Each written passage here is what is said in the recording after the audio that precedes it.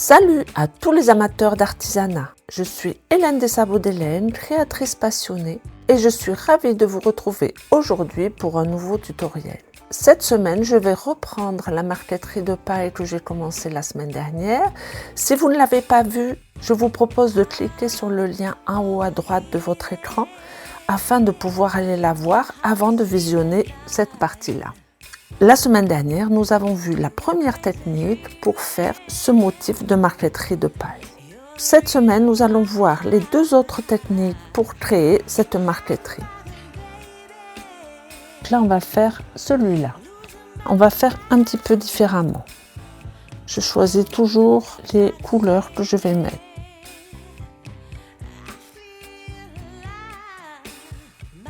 Donc ça, c'est pas mal. Qu'on va découper comme tout à l'heure. On va découper plusieurs morceaux. On va le découper comme ça, un petit peu plus long que ce dont on a besoin.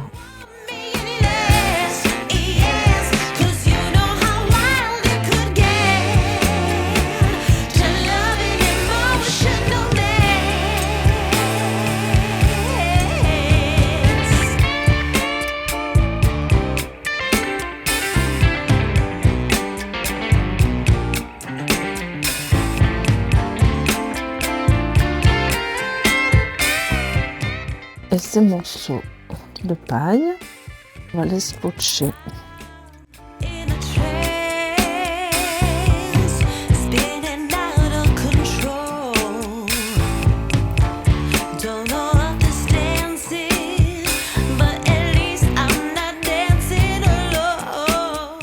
On vérifie si ça rentre bien. Maintenant, on va découper en petites bandes. Toujours dans les rainures.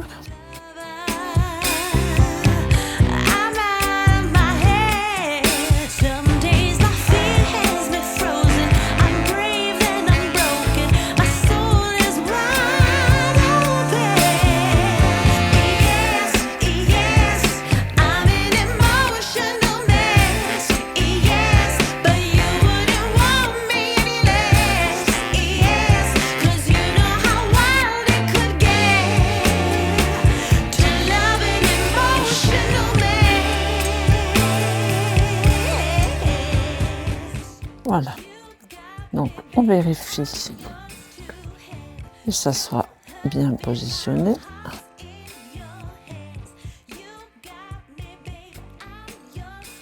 On peut même le mettre un peu plus loin si on veut, pour être plus au milieu. On n'est pas trop mal. Donc maintenant, on va mettre l'autre couleur.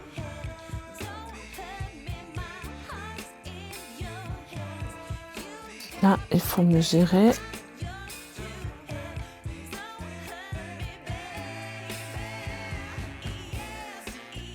Il faut que ça arrive à peu près ici pour être sûr de couvrir les décalages. Comme ça, on est sûr. On prend plus long. Le plus long, c'est ici. On laisse une petite marge pour mettre du scotch.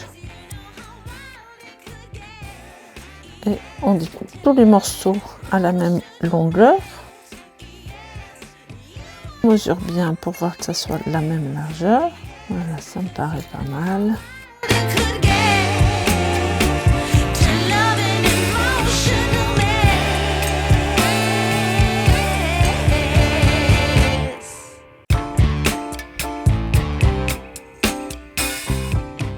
On met le marron comme ça.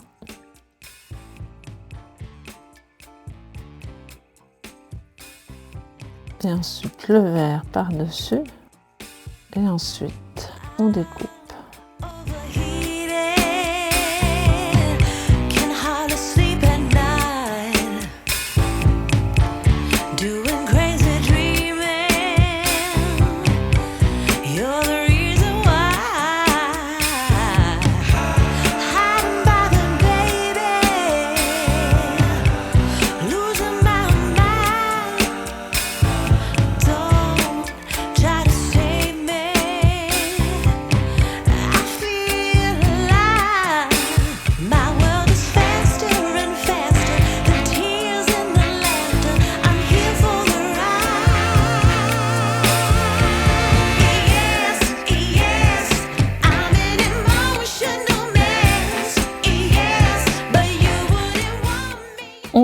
suffit.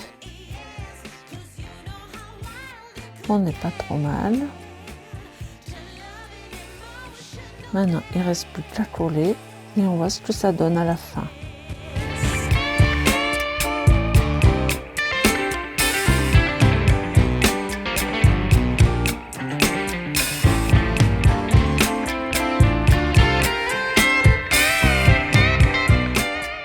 Je mets un gros paquet de colle parce que là, ce bois-là est brut et la colle pénètre dans le bois. Du coup, après, ça ne colle plus.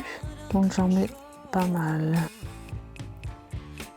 Et j'en remets après sur la paille aussi pour les ramollir et pour qu'elles se mettent bien en place.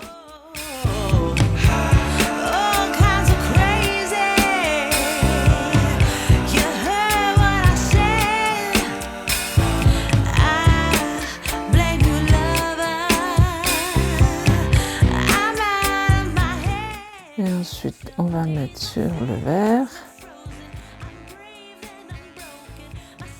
Et placer les deux en même temps pour être sûr qu'ils soient à la bonne position.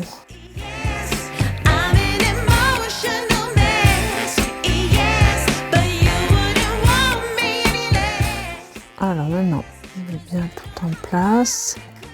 On aplatit bien. La colle déborde, mais ça, c'est normal. On essuie.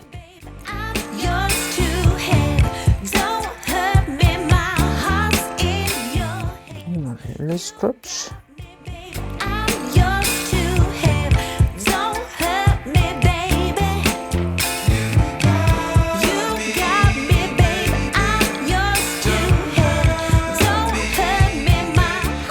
C'est pas mal. On va tout découper le long du bord quand ça sera bien sec parce que là sinon on risque de tout déchirer. Donc on va attendre un petit peu. De toute façon, comme on n'a pas mis de colle dans la partie supérieure, ça ne devrait pas coller.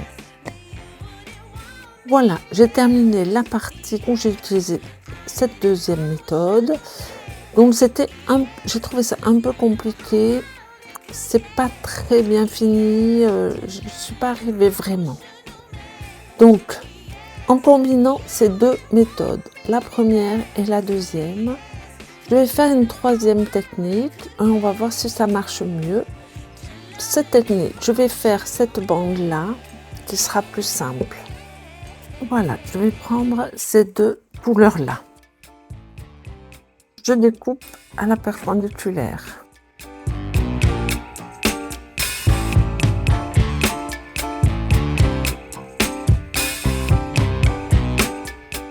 On va prendre 2 cm de long.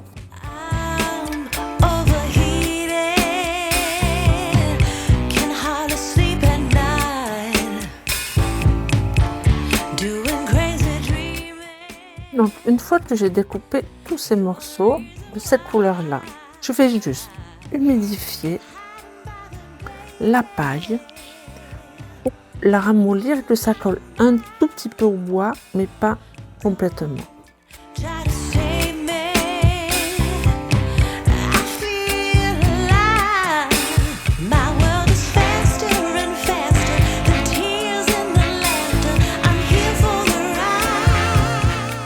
On la met en place, bien collée contre l'autre. On découpe tout de suite les petites languettes.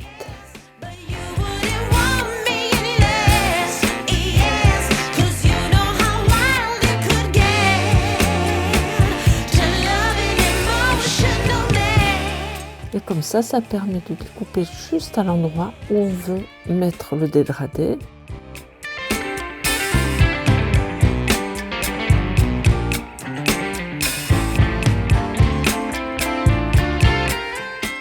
Maintenant, on va mouiller un peu l'orange.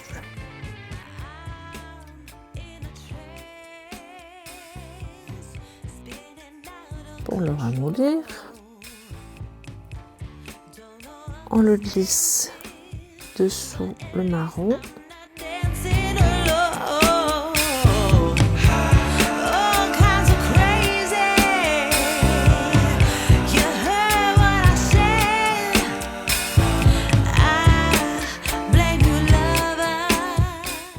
je le glisse juste un petit peu dessous.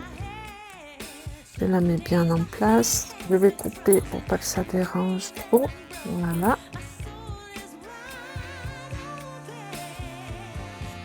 Et là maintenant, je vais découper.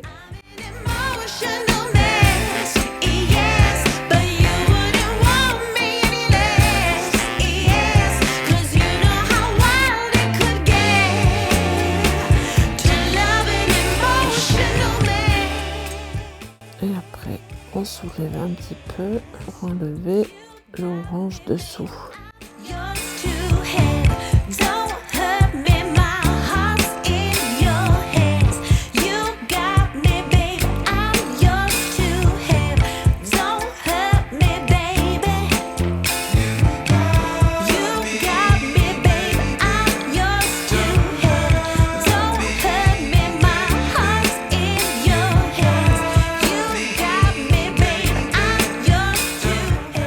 Et regardez, c'est pas mal du tout, comme ça. Il n'y a pas les rainures comme il y a ici. C'est beaucoup plus propre.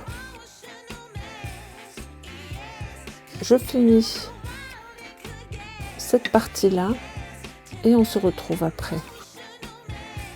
Voilà, j'ai terminé le morceau. Je trouve pas mal du tout celui-là. Je vais finir cette partie-là, faire la finition, tout poncer, tout couper. On se retrouve à la fin pour mon bilan sur ces 3 méthodes-là, savoir celle que je préfère, leur avantage et leur inconvénient. Donc, on se retrouve après. Voilà, j'ai terminé mon petit pot, vous voyez, c'est pas mal du tout. J'ai teinté un peu le bois pour que ça aille mieux avec les couleurs de la marqueterie, mais j'aurais pu le laisser dans la couleur de bois d'origine. Moi, je voulais le foncer un petit peu, vous voyez, ça va bien avec le orange, le marron. Ça allait pas mal, je l'ai teinté en merisier. Donc, je suis assez contente. Je vais vous donner quelques trucs et astuces. Donc d'abord, vous avez dû voir que pour cette vidéo, j'ai mis énormément de colle vinylique sur le support parce que j'avais mon bois qui buvait énormément la colle et du coup, après, la paille ne collait pas assez. Surtout sur un arrondi comme ça, c'était un peu compliqué. J'ai oublié de le faire, mais si vous ne voulez pas avoir ce problème-là, il suffit juste de mettre un bouche-port ou un durcisseur de bois par-dessus, avant. Et comme ça, vous n'avez plus ce problème-là, la colle ne pénétrera pas dans le bois. Ensuite, j'ai une abonnée que je remercie énormément, qui m'a donné un petit truc. Vous avez dû voir dans certaines vidéos, surtout dans la découpe de paille, ma raie glisse énormément sur la paille et du coup, j'arrive pas à faire des petites bandes très fines. Donc, elle m'a conseillé ça, c'est de coller un papier de verre sous ma raie. Et j'avoue que c'est vraiment formidable parce que du coup, ma raie ne glisse plus du tout et on peut faire quelque chose de très précis. Quand on fait un angle droit ou quand on fait des toutes petites lanières, c'était vraiment très bien. Donc moi, je l'ai collé avec un scotch double face très fin. J'avais un petit peu peur de l'épaisseur du papier, mais en fait, ça ne gêne pas du tout. Franchement, c'est très pratique. Ça donne beaucoup plus de précision. Et c'était vraiment une très bonne idée. Bon, maintenant mon bilan. Vous avez vu ma première méthode la semaine dernière. Cette méthode-là où je remplissais d'abord d'un côté, je découpais toutes les longueurs et ensuite je venais rajouter des petits bouts de la bonne largeur. C'était très rapide, c'était très pratique. Franchement, j'aimais bien cette méthode-là. Je pensais vraiment que ça allait finir ma préférée des 3. Et puis, au niveau du fini, vous voyez, c'est pas génial. Là, on voit les bandes, ça fait pas très joli. Là, on voit vraiment toutes les petites coupures. On voit que c'est coupé. Alors, c'est vrai que dans le foncé, on le voit beaucoup moins. Mais au bout d'un moment, ça me plaisait plus. Donc la deuxième technique que j'ai utilisée, je sais plus où elle est là. Donc c'était pas mal, mais j'ai eu beaucoup de mal quand même. L'avantage, c'est qu'on ne voit plus ces coupures comme ça, vous voyez, c'est assez net. Mais par contre, c'était très long. Il fallait mesurer avant. Enfin, vraiment, je trouvais ça très long. Vous avez vu, j'en ai pas fait beaucoup de carrés avec cette méthode-là parce que j'ai pas aimé énormément. Mais du coup, en faisant ces deux méthodes-là, il m'est venu une idée de la troisième méthode. Et cette méthode-là, regardez, la voilà. C'est-à-dire que, vous avez vu, je posais par petites bandes parce que sinon après ça sèche trop, on n'arrive plus à découper et à soulever. Et par la largeur de la paille, je mets d'une couleur, je glisse et je découpe tout. Et du coup, regardez, là, on ne voit pas du tout de démarcation. On ne voit pas de trop de coupures. Vous voyez, c'est super beau. C'est un petit peu plus long, évidemment, que la première technique. Mais quand même, au niveau du rendu, c'est quand même 2 fois mieux. Donc, je pense que ça vaut le coup de prendre le temps et de faire la dernière technique que j'ai utilisée. Vous voyez, entre celle-là et celle-là, quand même, il y a une sacrée différence. Il faut encore que je teste d'autres choses et que je m'entraîne, mais franchement, entre la toute première que j'ai faite, enfin, les premières que j'ai faites, donc vous voyez, quand on le fait en petit, là, j'avais pas ce souci-là. Un peu dans le blanc, mais le marron, vous voyez, le orange, ça se voyait pas trop. Donc je pensais que vraiment ça serait pas mal comme technique. Mais une fois arrivé sur le grand, c'était un peu plus compliqué. Entraînez-vous, utilisez toutes ces techniques pour voir laquelle vous préférez vous aussi. Dites-moi en commentaire celle que vous préférez, si vous avez essayé, ce que ça donne pour vous, parce que je pense que ça dépend des personnes. Vous venez d'apprendre un autre motif de marqueterie de paille contemporaine. J'espère que cette vidéo vous a plu, mais n'hésitez pas à me demander d'autres explications si tout n'a pas été clair. N'hésitez pas à vous abonner pour ne rater aucune exploration créative. Merci d'avoir suivi ce tutoriel et pour l'intérêt que vous portez à ma chaîne. Bonne création et à bientôt. Au revoir.